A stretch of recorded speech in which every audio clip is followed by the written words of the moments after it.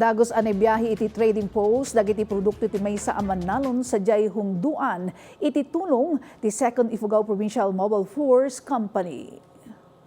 Dagiti kamang ti 2nd IPMC RPSB ket nagturong iti barangay Nungulunan, Hungduan ken sadiay tinulungan dati Mannalon iti nangbagkat kadagiti sa diwa nga apit na kamatis manipod iti farm daytoy.